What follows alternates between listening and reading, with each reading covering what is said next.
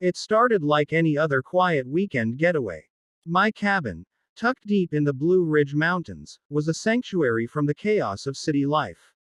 No emails, no meetings, just me, the crisp pine-scented air, and the solitude I'd worked hard to protect. But things had been strange lately. The Homeowners Association, a group of busybodies with more power than sense, had started poking around more than usual. First, it was letters about the color of my roof tiles. Then complaints about non-standard fencing. I shrugged them off, figuring it was just the usual WA nonsense. But I underestimated how far they were willing to go. The cabin wasn't even technically under their jurisdiction. It sat just outside their boundaries, but that didn't stop them. Last week, a smug little man in a sweater vest came to my door unannounced. Said he was with the WA Enforcement Committee. Claimed I was visually disturbing the community aesthetic. I laughed in his face. He didn't like that. He left with a sour look and a veiled warning. We'll be back to handle this the proper way. I should have taken it more seriously. That Friday, I drove up early. The road was quiet, the kind of empty that makes your ears ring. I'd made it a habit to do surprise visits to the cabin lately, half expecting some passive-aggressive enforcement action from the WA.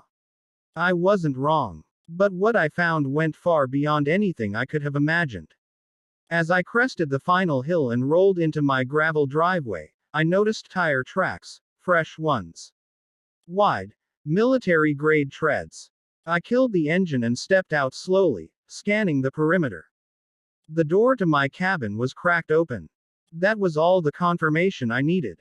I pulled my radio and spoke calmly. Team 1, Phase 2. Execute. You see, I hadn't come alone.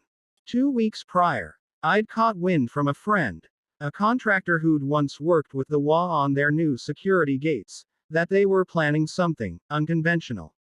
Said there was talk of third-party enforcement. That's when I made the call. My old crew, a group of former SWAT and private security specialists, owed me favors. I called them in. We'd been quietly reinforcing the cabin ever since. Hidden surveillance cameras, reinforced steel doors behind the wooden facade, and a fully stocked panic room with hardline communication. But most importantly, I'd stationed 2 of my best guys in the woods, silent, camouflaged, and armed. From the tree line, they moved into position. Through my earpiece, I heard soft confirmations. Eyes on 4 unmarked black uniforms. Patches look homemade. No badge numbers. 1 inside. I moved to the porch, hand resting lightly on my holstered sidearm. I pushed the door open the rest of the way and stepped inside. The living room was trashed. Furniture overturned, drawers pulled open, my safe cracked, though not breached. One of them, a tall man with a fake badge clipped to his chest, was rifling through a box of documents. He turned at the sound of the door and froze when he saw me. I smiled. Lose something. He didn't answer, just reached slowly for what looked like a sidearm. Don't, I said, stepping aside as my team swept in through the back. In seconds, he was on the floor, zip-tied and disarmed. The others outside didn't fare much better. My guys moved with military precision, calling out commands. Drop it. Hands where I can see them. Within moments, all 4 were detained and on their knees in the dirt, their fake badges confiscated. I crouched in front of the one I'd seen inside. He looked scared now. You with the WA. He didn't respond, but his twitch gave him away. We found the confirmation soon enough. Correspondence on one of their phones from an WA board member. It read, "Make sure you find the zoning plans. If he resists, you've got authority to detain.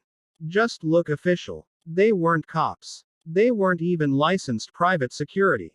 Just local thugs dressed in dollar store tactical gear, hired by a suburban warlord with too much money and no oversight. While my team cataloged the evidence, I made some calls. First to the sheriff, who, fortunately, had no love for the WA either. Then to a lawyer I kept on retainer for situations just like this. Within an hour, the sheriff arrived.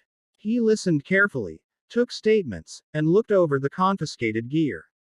Impersonating law enforcement, unlawful entry, attempted burglary. They're not walking away from this, he muttered, shaking his head. One of the detained men started to speak up, protesting that they were just hired to secure a property violation. The sheriff cut him off. You kicked in a door and ransacked a home with no warrant and no authority. Hope your boss paid you up front. It wasn't just about my cabin anymore. This had become a power play. The SWAT trying to send a message, assuming I'd back down like everyone else. But they had no idea who they were messing with. They expected a quiet loner with no backup. What they got was a fortified compound and a fully trained response team waiting in the shadows. As the sheriff led the fake enforcers away in cuffs, I looked around at the damage. It would take some time to fix. But I wasn't angry. Not really. I was focused. If this was part one of their little campaign, I was more than ready for the rest. They'd thrown the first punch. Now it was my turn.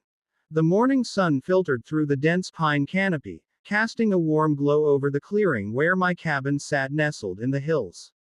Birds chirped, the breeze whispered through the needles, and everything seemed peaceful, too peaceful. After the last stunt the SWAT pulled, I had doubled my surveillance. Cameras, motion sensors, and infrared tripwires covered every angle. And of course, my people were still there. Not just any people, but my old SWAT team. We had rotated in fresh members 2 days ago, and they were more than ready. We knew something was coming. The SWAT wasn't done. They had gotten bold, disguising mercenaries as code enforcement officers last time, complete with fake badges and rental SUVs with magnetic door signs. They trashed my perimeter fence, busted open my storage shed, and tried to claim I was violating community cleanliness standards. I wasn't even part of their jurisdiction. But my property had water rights, and their new development wanted it badly. And this time, they had a plan. It started just after 7 a.m. A matte black van rolled up the access road, followed by 2 trucks.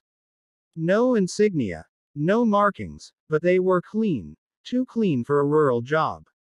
Through my binoculars, I saw them step out wearing tactical vests with sheriff patches, but the patches were crooked, loose at the edges. One guy was even wearing black jeans instead of standard issue. I gave the signal. We had trained for this exact scenario. Inside the cabin, the SWAT guys snapped into action. Quiet, efficient. 3 of them disappeared out the back and circled around, taking high ground. Another 2 stayed inside, one monitoring cameras, the other ready at the door. I sat at the table, sipping my coffee, watching their progress through the laptop screen. The fake cops approached like they owned the place. One knocked, the rest fanned out like a textbook raid team, but something was off. Their footwork was sloppy. No comms. No formation discipline. Rent-a-tacticians at best. They didn't wait for an answer. After a 2 count, they broke the door, or tried to. Reinforced steel held up on the first hit, surprising them. That was their first mistake. The second was stepping over the threshold without confirming the interior. One of my guys greeted them with a shotgun barrel and a calm voice. Step back. You're not law enforcement. For a moment, there was hesitation.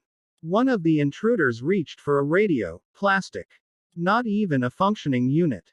Another guy started to shout something, but that's when the floodlights kicked on. My perimeter team had flanked them completely, and from the tree line, laser dots painted their chests like a Christmas display. Hands up. On your knees. Came the command from the woods. No one moved at first. Then a younger one cracked, dropping to the ground and stammering, I thought this was a repo job. That's when the others knew they were made. One tried to run. Bad call. A tripwire net knocked him flat. Another raised his hands slowly, eyes darting around.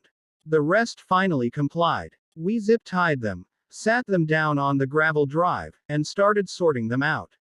IDs were fake. The sheriff patches were bought online. One guy even had a folded printout of a fake warrant. We called the real sheriff's department. I had made friends in the right places, and when they arrived, their captain wasn't pleased. Not with me, with them. Turns out these weren't just desperate goons. A few were ex-private security guys, the kind that take hush-hush jobs overseas. But two of them had active contractor licenses tied to the very development company that sat behind the HOA. That was the connection we needed. I handed the sheriff the USB drive with all the video footage, the break-in attempt, the fake uniforms, the threats. He nodded grimly. "They've crossed a line," he said. "And you've got them cold." The cabin buzzed with quiet energy as the real deputies hauled them off. But this wasn't over. That night, we dug into the files we had quietly been compiling. Land maps, easements, court filings, and water utility plans. The HOA was desperate because their entire multi-million-dollar development hinged on rerouting water through my land. They hadn't filed for legal access because they knew they couldn't get it. So they had tried the back door. Intimidation, property violations, even force. But now they were exposed. By the end of the week, we had gone public. I had my attorney draft a statement and leaked it to 3 news outlets. A local reporter drove out to see me in person. We walked the site together. The busted door, the fake uniforms, the surveillance footage, all of it laid out. She took notes, took photos, and by Sunday the story was everywhere. HOA sends fake cops to harass landowner for water rights. Headlines don't get much juicier than that. Public sentiment turned fast. People were already suspicious of corporate HOAs and land grabs. Now they had a villain, and a resistance story. I wasn't just a guy in the woods anymore. I was the man who stood his ground, with a trained team and the law on his side. But I knew better than to relax. I beefed up security again. The perimeter sensors were extended another 300 yards. We got a drone up with night vision. And we rotated the team weekly now, just like we used to in the service. Never let the enemy predict your pattern. The HOA, they went quiet. Publicly. Privately, I heard through contacts that board members were scrambling. One resigned. Another law firm was hired. Internal emails were leaked. Panic mode. The real kicker came when a judge issued a restraining order against them, barring any representatives from stepping within 500 feet of my property. Now it was my turn to apply pressure. We filed a civil suit for attempted trespass, impersonation of law enforcement, and damages. But that was just step 1. The real goal was the injunction, to permanently block them from accessing or rerouting any part of the natural water course. And we had precedent, evidence, and community support.